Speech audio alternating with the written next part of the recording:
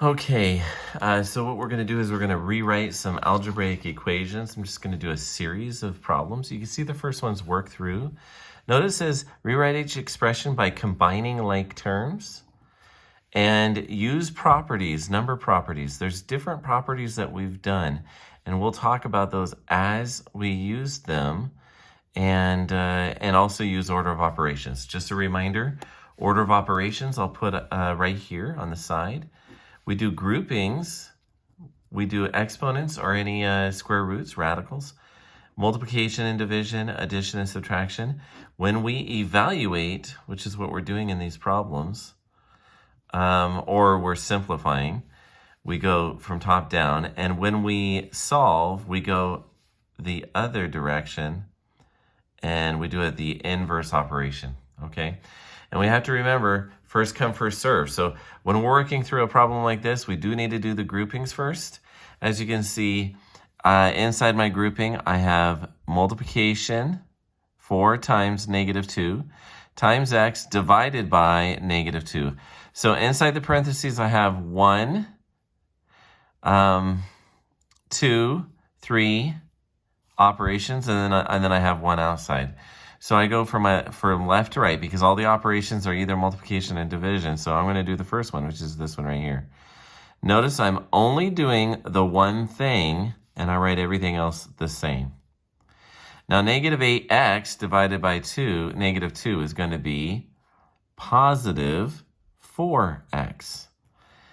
And then I just have 2 minus 4x. I don't need parentheses anymore. Or -4x plus 2. Both of those would be correct. I just switched the order here. This is the same as saying or 2 plus a -4x. Now the addition property of commutative property of addition says I can move that -4 to the front and add the 2 to the side. All of those would be correct. However, I mean, you might as well just write the first one that you come to, which is normally what I would do. All right, let's look at a different problem. Let's go to the next one. There are addition, multiplication, and subtraction, okay? So we're going to deal with that first multiplication. It's 1 times -6x, so it's just -6x minus 7x. I'm going to combine like terms, so I get -3 minus 13x, and there you have it. The commutative property of addition says I can say -13x, and move it over, and I have plus a -3 or a -3. So both of those would be correct, okay? I just want you to know that these are possible ways you can rearrange it to express it. But the more common one is the first one you get to. Okay, let's look at the next one. I'm going to start moving a little bit quicker here just because I can. Multiplication and 2 addition problems. So I'm going to go ahead and say -2x plus the commutative property of multiplication says I can take 9 and multiply it by 7 before I multiply it by x, and I get 63x. Okay, I don't know what x is, but I can combine these two that contain x, and I end up getting 61x plus 36, and this makes the most sense. Okay, yes, you can rearrange it, but we usually write the variables in the numbers. Okay, I have division here, so I end up getting 6 divided by -9, which is -2/3, okay? Because 6/9 is equal to 2/3. So I write everything else the same, and there you have it. Or you can simply say 5x minus 2/3 x, okay? And then I am left with 4 and 1/3 x, because you can combine them. All right. Then on this one, I am doing the multiplication in there, -2x times 8 plus 12. Right here, what I have is the distributive property, if I wanted it to be, or I can just go ahead and add those together. You can do it 2 ways, and I'll actually show you the other way in just a second. And you end up getting -40x when you solve all those through. Now, let me go ahead and show you the other way, which is to recognize that -2x, 8 plus, and then I'll go ahead and do the 12. But I can apply -2x times 8 plus -2x times 12. and I end up getting negative 16x here and negative 24x there. I can combine those and I get negative 40x. Both get you the same way, it's just going about it a different way. Looking here, I'm going to apply the properties of multiplication because of order of operations. This becomes, let me shift up a little bit so you can see that a little better. This becomes negative 27x plus 4 divided by 4 minus 8. 4 divided by 4 is 1, so negative 27x plus 1 minus 8. I can combine those two, 1 and negative 8 equal negative 7, so negative 27x minus 7. And there we go. Moving it along. Okay, next one. I'm going to apply the distributive property here. 8 times negative 8 is negative 64x. And then 8 times negative 3 is negative 24. Okay. I'm going to go ahead and combine these two. 5x plus a negative 64x is negative 59x. And then I'm going to go ahead and just say minus 24, or you can say plus negative 24. Either way would be okay. Right here, we can combine those like terms, but notice I have to do this first. So, oops, before I do that, I get 5x minus 3x times 3 is 9x minus 25. Now I can combine them, and you get negative 4x minus 25. That is the answer. I'm going to go ahead and do what's inside there first. So 3x plus 8x times negative 5. It's 3x plus negative 40x. And those combine to be negative 37x. Oh, you didn't see all that. Let me shift this up a little bit. Okay. Now the last two. And hopefully you can see what I'm doing here. Notice there's an exponent here. I have to do exponents before anything else. This one's got a lot going on. Divided by 4 plus 1, and then I do multiplication. So this is positive 50x minus 3. This is 3 divided by 4, which is 3/4, plus 1. 3/4 plus 1 is negative 3/4 plus 1 is positive 1/4. So that's what it looks like. So just doing that because I had only to combine like terms at this point. All right, I'm going to go ahead and do this one this way. I'm going to subtract it by 9 times 6, which is 54x, divided by 18. And 18 times 3 is 54, so, well, there you go, 9x minus 3x, and you end up getting 6x. So that whole thing equals 6x. Okay. Great. So a lot of practice there. We're going to do some more practice. Let's see. But on a... you can ask me in class, but we're going to do a lot of these in the future. So if you're not really comfortable with combining and rewriting expressions, it's something you're going to want to work on. We are going to do some like equations, like creating equations and solving them, solving in different ways. But I'll go ahead and make that a separate video. So, but let me know if you're having troubles. I'll do one page like this in this particular video, because now all we're doing is we're taking that same idea that we had on the previous page, but you're given the problem as a scenario. And then you're asked to go ahead and create a bar model. So let's look at, you can see the first one done for us, but let's look at the second one. Put together, Albert and Johnson have 110, okay? We know that whatever Albert and Johnson have, together it's going to be 110. Okay, so we're going to do a model. Jason's collection is 42 more than Albert's collection. So they have some amount to get that they have the same. And it says that Jason, well, I said Johnson. It's not Johnson, it's Jason. That's awkward. I'm doing this video kind of late at night, so not reading very well. Jason has 42 more, so he's got 42 more. They have some amount in common, okay, and then Jason has more. So the value that they have, let's see, action figures, we'll just call it F for figures.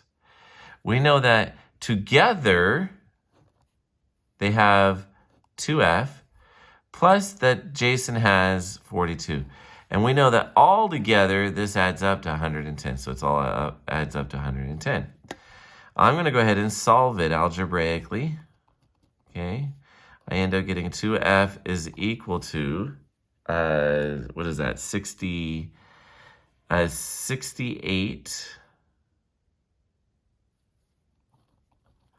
And then I divide both sides by 2. And I get F is equal to 34. So Albert has 34, and Jason has 76. Okay, and does that add up to 110? It sure does. And all parts are satisfied. So how many actions does Albert's have? 34. How many does Jason have? 76. So we answer both of those questions. All right, let's look at the next one. It says, let's go ahead and look down here. Trip and Rico are two dogs. Trip weighs exactly 35 pounds more than Rico. Together, they weigh exactly 48 pounds. So we got Trip and Rico. They weigh this. Okay, so Trip weighs 35 pounds more. Wow, Rico must be a tiny dog, right? So, so we have some amount, and then plus 35 for Trip, right? And Rico is going to be some amount. So let's go ahead and call it W for weight. And notice that all together it's going to be 49 pounds. So together we got 2W plus 35 is equal to 49. I'm going to subtract both sides by 35. And I get 2W is equal to 14. And it looks like Rico must be a little puppy because he only weighs 7 pounds. So Rico is 7 pounds, and 7 plus 35 is 42. So Trip is 42, Rico is 7. Together they weigh 49, and that has to work. Enrique's collection has 65 fewer refrigerator magnets in it than Peter's collection. Together, they have 112 refrigerator magnets. How many refrigerator magnets does Enrique and Peter have? So, Enrique and Peter, they have the same amount, except they have Enrique's collection is fewer. So, it's actually going to be 64 fewer than what Peter has, right? So we're going to take 64. Okay, so we have the same amount, two, let's see, magnets, we'll call them M. Oh, not that. M, right? And this is M as well. So we have 2M plus one of them is subtracted by 64. And we know that it adds up to 112 altogether. So we're going to subtract 64 from both sides, and we end up getting 52. What they have together is 52 magnets. And so this is 52. Enrique has 64 fewer refrigerator magnets in it than Peter's. They have 112 magnets all together. How many refrigerator magnets does Enrique have, and how many refrigerator magnets does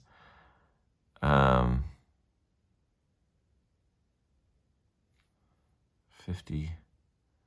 Oh wait, 8. 108. Oh wait, this is, sorry. 112 minus 64 would be 48. Oops. And then we're dividing both sides by 2. And we end up getting m is equal to 24. Okay, so this must be 24, not 52. I'm not sure where that came from. The amount is 24. This one, oh, right here is 24. That's 24.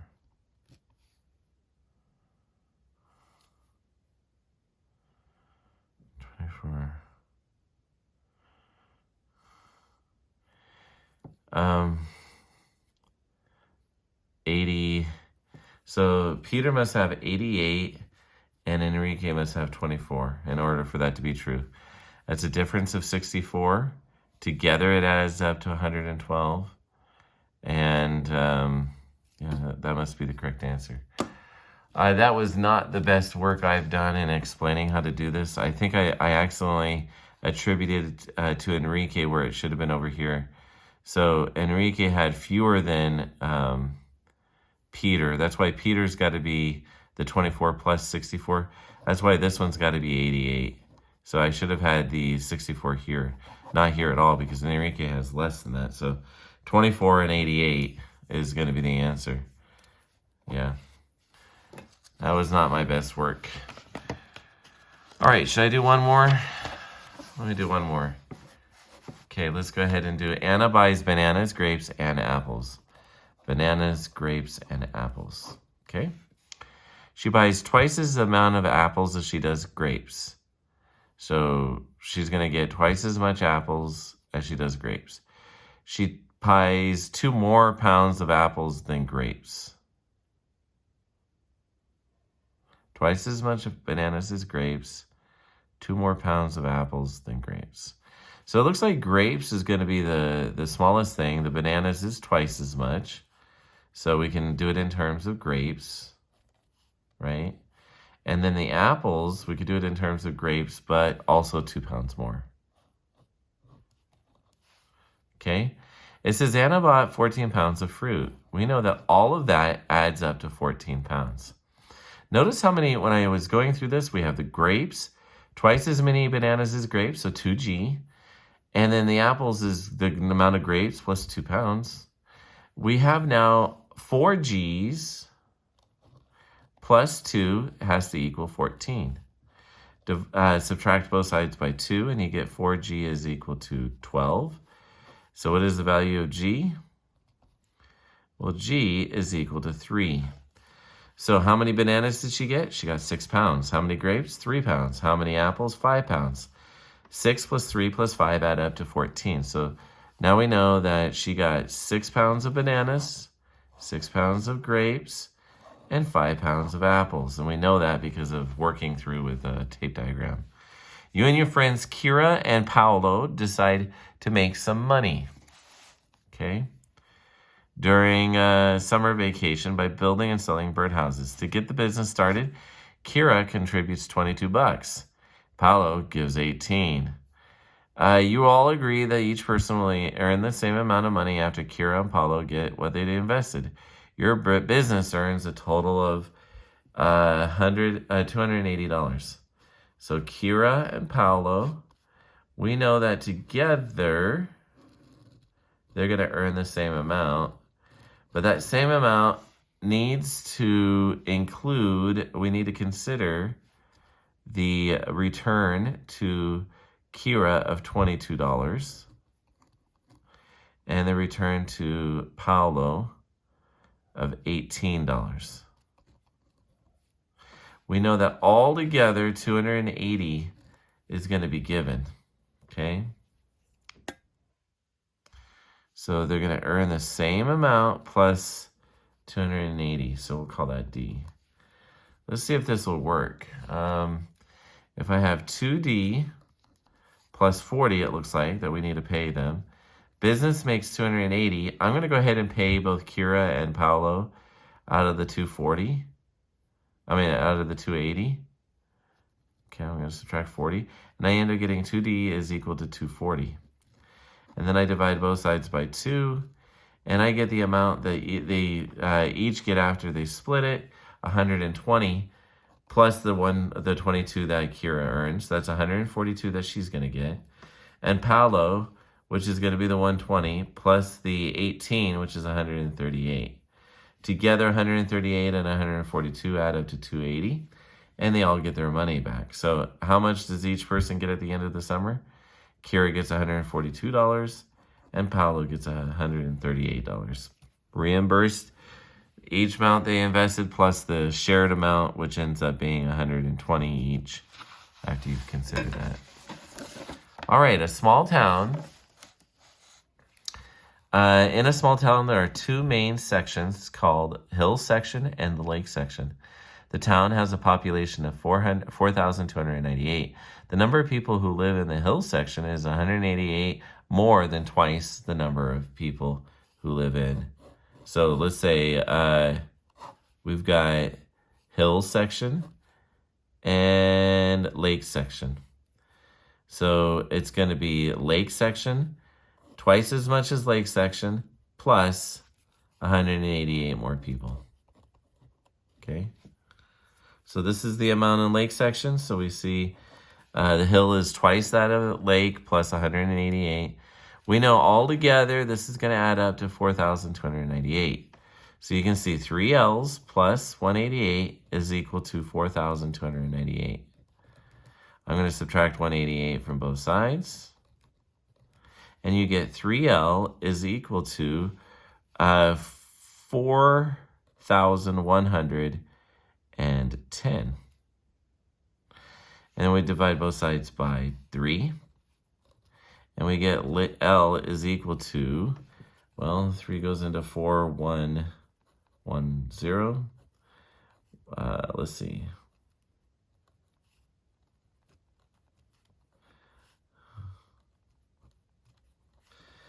$1,370 times. So that's how many were in Lake Section. 1,370. The other section is going to be 1,370 times 2. And then we have to add 188 because that's how many more there are there. And you end up getting 2928. Hill Section is 2928. And if I were to add those together, sure enough, they add up to 4,288. So Lake and then Hill. 2928 here, and then 1370 here.